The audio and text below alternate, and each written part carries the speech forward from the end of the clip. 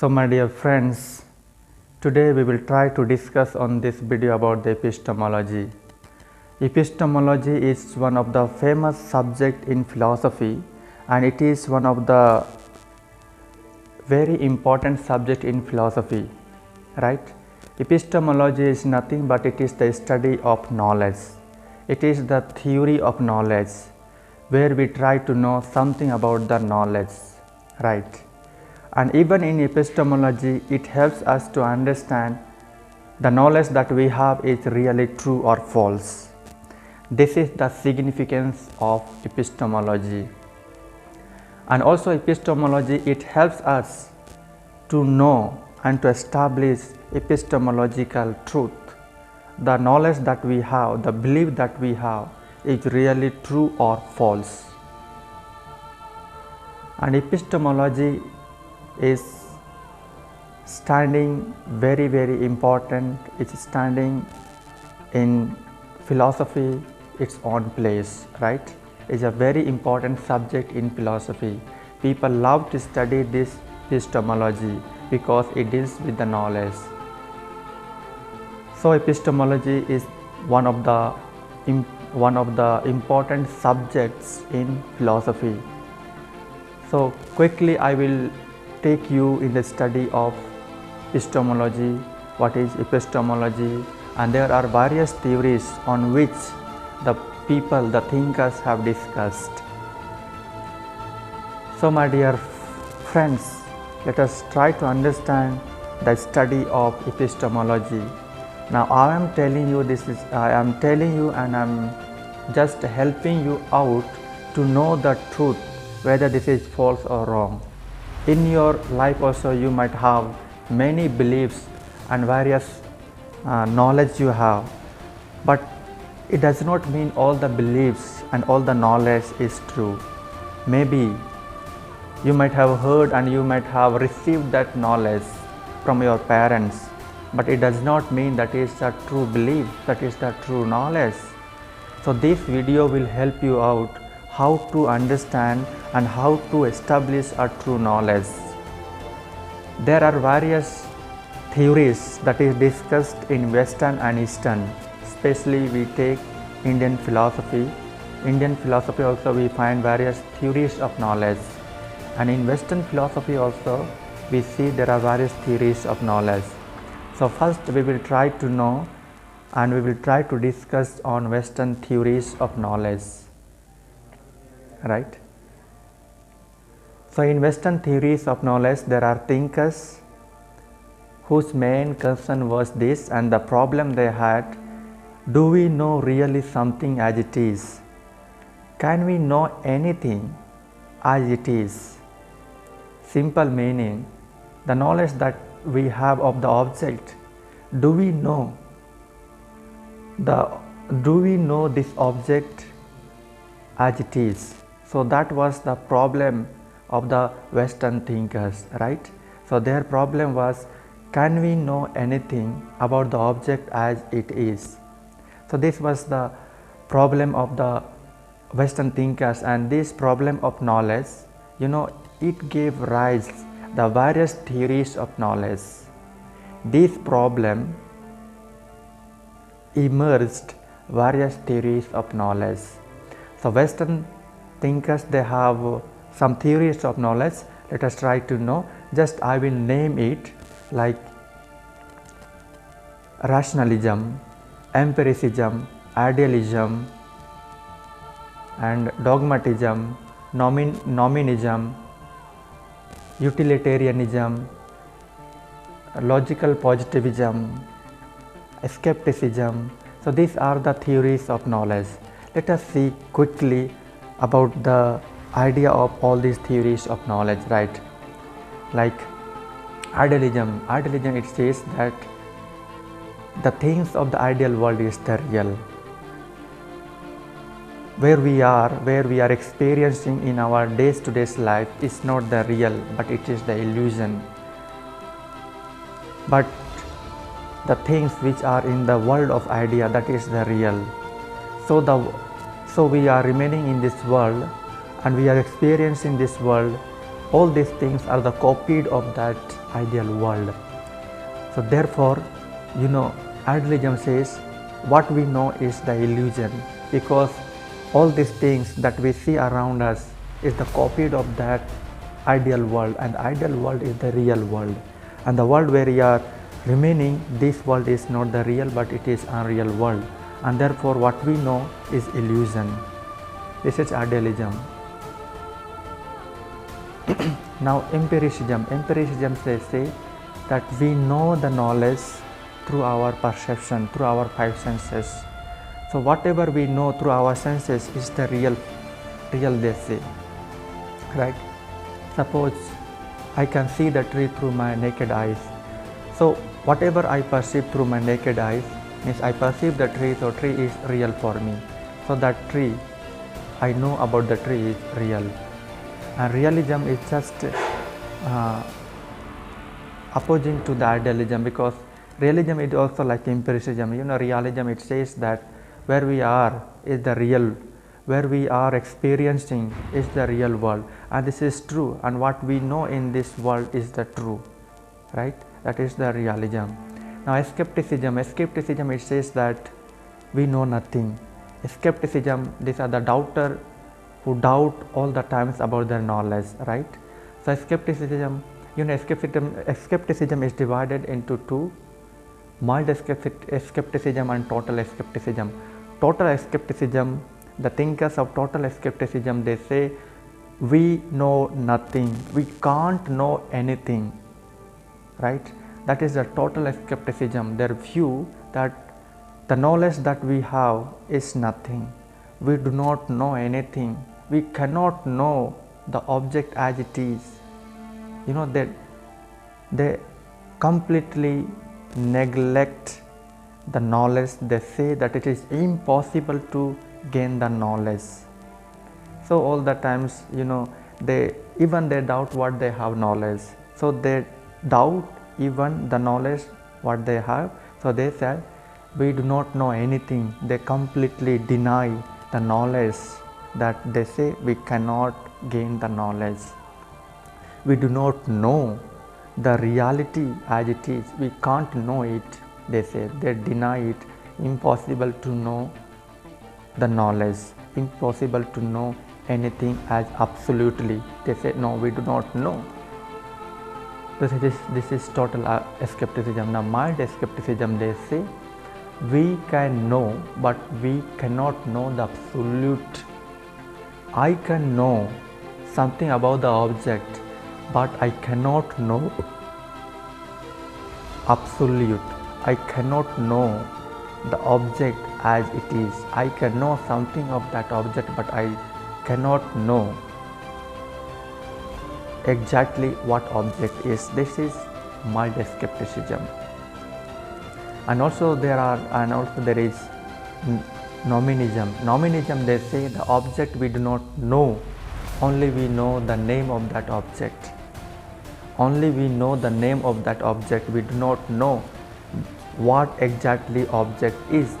Only the name is given to that particular object, and we know only the name. For example, you take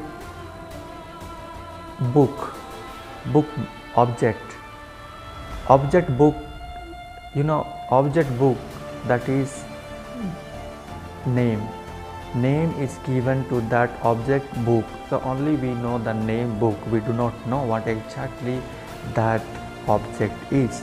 So this is nominism. So my dear friends, these are the various theories of knowledge on which they discuss that can we know anything about the object as it is. So some said no, we do not know. Some said that only we know the name, we cannot know. It is impossible to know the knowledge of any object. So these are the various theories of knowledge on which the Western thinkers discussed and tried to know the knowledge, and they discussed what do they know about the reality, right? So these are the Western thinkers. I have just said few. I am not going to deal everything every theories of knowledge, but few I have mentioned in this video. So let us now try to know about the Eastern theories of knowledge. Especially we'll focus only the Indian philosophy here. So in Indian philosophy we might have come across certain theories of knowledge, and these are the pramanas. And the main concern of Indian thinkers were this: how do we know the knowledge? This was the main concern of Indian thinkers. How do we know the knowledge, right? So there are 10 pramanas, 10 valid sources of knowledge by which they have tried to establish the knowledge, the epistemological truth knowledge, right? So we will see first perception. This is one of the first pramanas. Perception means whatever we see through our 5 senses. We know the knowledge through our 5 senses. We perceive, we hear it, we smell it, we taste it, we see it. So all these senses helps us to know the knowledge. This is perception. Now inference. Inference, it says that we come to know unknown things by known thing, right? We infer something and we come to know, right? Suppose we say where there is a smoke, there is fire, right? So here we are coming to know a new knowledge about the fire. So how we are moving? We are moving to know from known to unknown. So known is smoke and unknown is fire, right? So we come to know the unknown thing, fire. So here we infer and we come to know. So our inference that helps us to know the knowledge. So inference is the second pramanas that says that we infer and we come to know knowledge, right? And testimony, anything that we know, that we know through the testimony, through the written testimony, through the verbal testimony, we know something. Today whatever we know is through the testimony, is through the verbal testimony and through the written testimony. Anything that we know, something, for example, let me tell you, today we know the past. How do we come to know the past? It is through the written testimony. It is through the verbal testimony. Someone might have told us, so we know. So they say that pramana, they say that testimony, this is the pramana through which we come to know knowledge, right? Comparison. Comparison, we compare 2 similar thing or concept and we come to know new knowledge. So this is comparison. Comparison pramana. They say that we compare 2 similar things or concept and we come to know knowledge, right? Now, non-comprehension. Non-comprehension is this, that we come to know by the existence of some other existence, right? Let me tell you, we come to know, we come to know something by the non-existence, non-comprehension. We come to know something by non-existence. Here they say that anything that we know by non-existence of something. For example, if I say,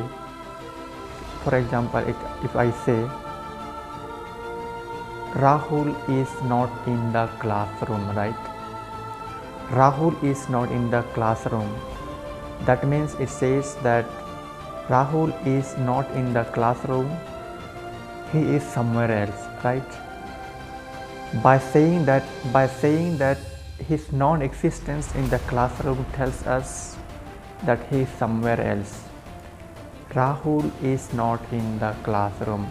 Rahul's non-existence in the classroom tells us that Rahul is somewhere else, but he is not in the classroom. This is non-comprehension, right? Now, inclusion. Inclusion, it tells us we come to know something, we come to know the existence of something by the existence of some other things, right? Inclusion, it says that we come to know the existence of something by the existence of some other things. Let me give you an example. I come to know the knowledge of 10 by the existence of 100, right? I come to know the knowledge of 10 because of 100. Understand? So 100 has included 10. By the existence of 100, I come to know the existence of 10.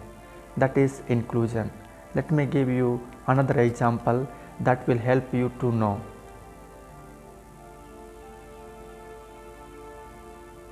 If I say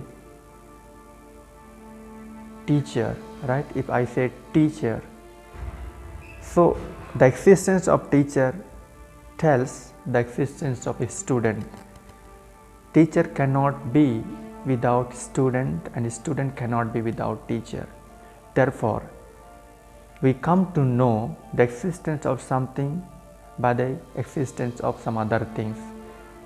Teacher, his existence, and the existence of students. So I come to know the existence of students by the existence of teacher. This is inclusion. So something that includes something, right, in simple way. Now, gesture. Gesture is the means of communication. By gesticulating, we know the knowledge. Suppose someone is doing gesture of eating, that means we know that he wants to eat, right? So he is indicating of eating. So this is gesture is a means of communication, and through gesture we know the knowledge. But it does not mean all gesture leads you to true knowledge. If I gesture of eating, it does not mean do I really need of eating, or do I mean that I ate, right? So gesture is an epistemology. It may lead you to false knowledge. Therefore, we can say that gesture is, gesture is the means of knowledge, but also it can lead you towards the false knowledge.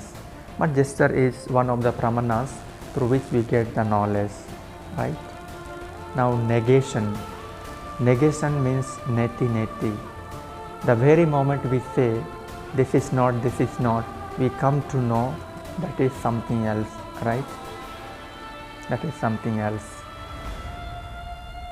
So negation is nothing, but it is by negating we come to know the knowledge. If I say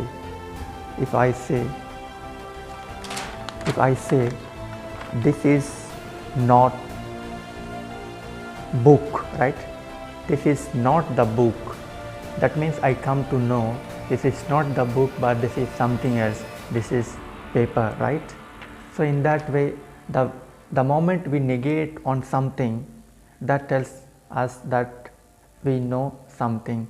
The very moment I negate on something, that tells me that this is not something, but this is something, right? This is not this, but this is something else. The very moment I say this is not a Rahul, this is not Rahul, right? That means I am something. I am not Rahul, but I am a Prakash, right? I am a Prakash, I am not Rahul. So the very moment we negate, we come to know the knowledge. We come to know the knowledge, right? So these are the theories of knowledge which were discussed in Eastern and Western. So my dear friends, these are the theories of knowledge. Only this helps us to understand the knowledge. But in order to know the true knowledge, in order to know or in order to gain true knowledge, we must avoid all these theories of knowledge, right? In order to true knowledge, we need to look for some other things that will help us to understand the knowledge, to know the knowledge, that the knowledge that we have is true or false. So far we have seen only the theories of knowledge, right? What do we know and how do we know? The Western thinkers, they discussed what do we know, and the Indian thinkers, they discussed how do we know those things. You know something, but how do you know those things, right? But also we don't have to hang on these theories of knowledge, but we have to look for something that will help us to understand the true knowledge, that will help us to know the true knowledge, whether that is false or right. So further we will discuss that the knowledge that we have, or any knowledge that we are having, how do we come to know those knowledge are true, justified and believed? How do we come to know those knowledge are completely, absolutely true, right? So there are certain things which will help us to understand the knowledge is whether true or false. The belief that we have is true or false. So these are just the theories of knowledge on which they have tried to know what do we know and how do we know. The Western thinkers, they discussed what do we know, and the Indian thinkers, they discussed how do we know those things, right? These are the just theories of knowledge.